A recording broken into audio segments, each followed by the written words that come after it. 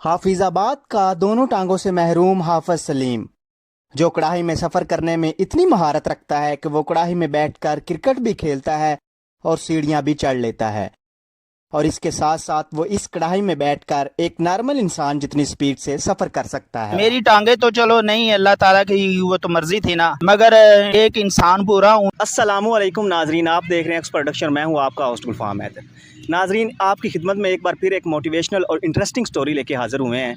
नाजरीन, हमारे साथ इस वक्त मौजूद हैं हाफिज सलीम साहब, जो कि अपनी टांगों से माजूर हैं, लेकिन उन्होंने अपनी इस मजूरी को अपनी मजबूरी नहीं बनाया और अल्लाह से इस बात का शिकवा नहीं कभी किया, बल्कि उन्होंने एक बाहिम्मत नौजवान की तरह माशरे में अपने आप को मनवाया है। और उन्होंने अपने साथ एक ऐसी चीज़ जो कि इंटरेस्टिंग, आज से पहले हमने कहीं नहीं देखी होगी, पूरे पाकिस्तान में ये चीज़ नहीं देखने को आई होगी। इन्होंने अपने साथ एक कढ़ाई रखी हुई है जिसमें ये सफ़र करते हैं और एक नॉर्मल इंसान से तेज़ इस पे सफ़र करते हैं। और इसकी एक आपको अहम बात ये है इसमें कि सीढ़ियाँ भी चढ़ लेते हैं, माशाल्लाह से क्रिकेट भी खेल लेते हैं, इनको कोई भी मुश्किल पेश नहीं आती। हमारे साथ इस वक्त हाफिज़ बैठे हैं। ये जो इन्होंने अपने साथ कढ़ाई रखी हुई है, ये इनको आइडिया कैसे आया, इन्हीं से पूछते हैं। अस्सलाम वालेकुम आप साहब। जी वालेकुम अस्सलाम। क्या हाल चाल है आपके? अल्हम्दुलिल्लाह ठीक ठाक। आप साहब, आप पैदाइशी तौर पे मजूर थे कि या कोई हादसा हुआ आपके साथ? जी, मैं 2 साल का था जब मुझे बड़ा बुखार हुआ था, यानी कि टाइफाइड हुआ था। तो वो बहुत ही ज़्यादा लंबा हो गया था, इसलिए जो ना टांगों के ऊपर उसका असर ज़्यादा हो गया, इसलिए मैं दोनों टांगों से मजबूर हो चुका था। तो आप जब बड़े हुए तो ज़िंदगी में क्या क्या मुश्किलात आईं? जब बड़ा हुआ तो बहुत सी मुश्किलात आई थी, तो मगर फिर भी मैंने हौसला नहीं हारा और मैं जो ना आगे बढ़ता गया हूँ। और बस ये जो कढ़ाई वाला आइडिया था, ये आपको कैसे आया? बस मैं छोटा सा था तो तब मैं इसके अंदर बैठा हूँ, तो बस वो ना घूमने लग पड़ा इसके अंदर बैठ के। ठीक है। तो मेरी वालदा ने देखा तो उन्होंने कहा चलो ठीक है, अल्लाह ताला की तरफ से इसकी जो ना ये मोहताजी भी ख़त्म हो गई। तो इस तरह वो उनकी परेशानी भी ख़त्म हो गई और मेरे जो कपड़े थे, ये जो सारा कुछ इनका जो है ना वो भी सेफ़ हो गए। जब शुरू में ये कढ़ाई में आपने सफ़र करना शुरू किया तो मुश्किल होती थी, चक्कर वगैरह, क्योंकि जब घूमते हैं तो चक्कर आते हैं? नहीं, मुझे चक्कर तो नहीं थे आते, वैसे वो मुझे आदत हो गई थी मुझे, इसलिए शुरू में कोई चक्कर नहीं थे, क्योंकि मैं बस घूमने लग पड़ा था, तो इसलिए मुझे चक्कर नहीं आ रहे थे। तो जब सीढ़ियाँ वगैरह चढ़ते हैं या उतरते हैं तो कोई मुश्किल नहीं आती? नहीं, वो मुझे मुश्किल नहीं आती। एक दफ़ा होता है थोड़ा सा, तो 1-2 दफ़ा इस तरह हुआ है, जो दूसरी सीढ़ी नहीं होती बगैर ये जो आम घरों में होती हैं, लकड़ी वगैरह? हाँ, लकड़ी वगैरह की, उसके ऊपर भी मैं चढ़ जाता हूँ। और अच्छा, उसके लकड़ी वगैरह की उस पे, हालांकि ये जो दूसरी सीढ़ियाँ होती हैं सीमेंट वगैरह की, या उस पे तो चलो एक्सपोर्ट होती है, तो जो लकड़ी की वो ज़्यादा ख़तरनाक, तो डर वगैरह नहीं लगता? नहीं, वो डर वगैरह नहीं था लगता, वो तो मेरे घर वालों को लगता था कि कहीं गिर ना जाए। तो मैं बस अपने कॉन्फिडेंस के सर पे जो है ना मैं ऊपर चढ़ जाता था, छत के ऊपर जाके बैठ जाया करता था। तो एक और बात है कि बगैर सीढ़ी के भी मैं जो है ना उसके जो बने होते हैं ना दाढ़े जो होते हैं, जी, वो ईंटें सी बाहर निकली होती हैं।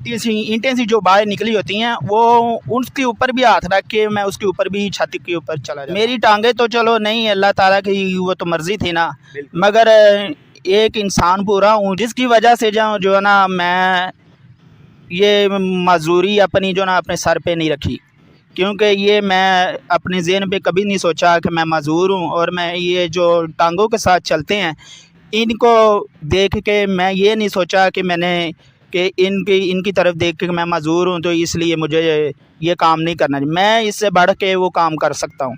हमने देखा है कि आप क्रिकेट भी खेल सकते हैं, तो ये क्रिकेट का शौक़ कैसे पैदा हुआ?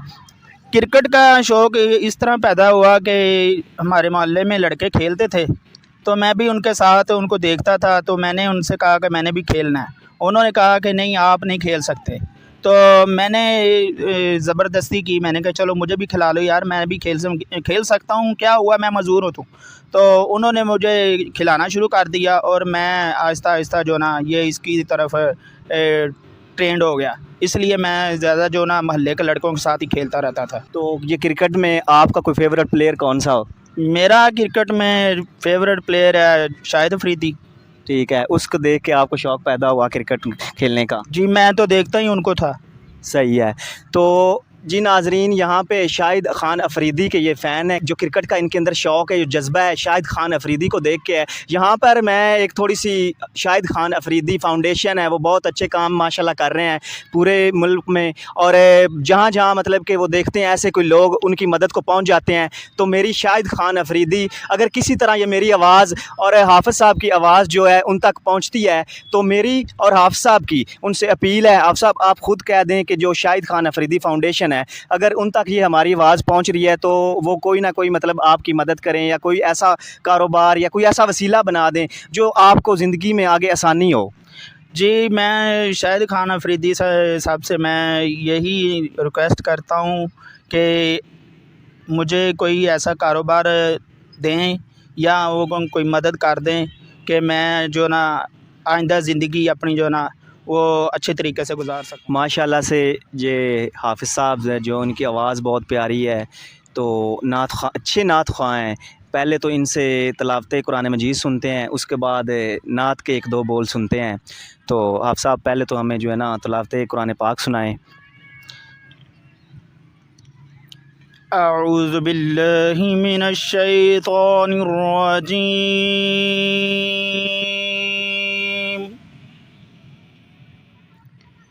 بسم اللہ الرحمن الرحیم.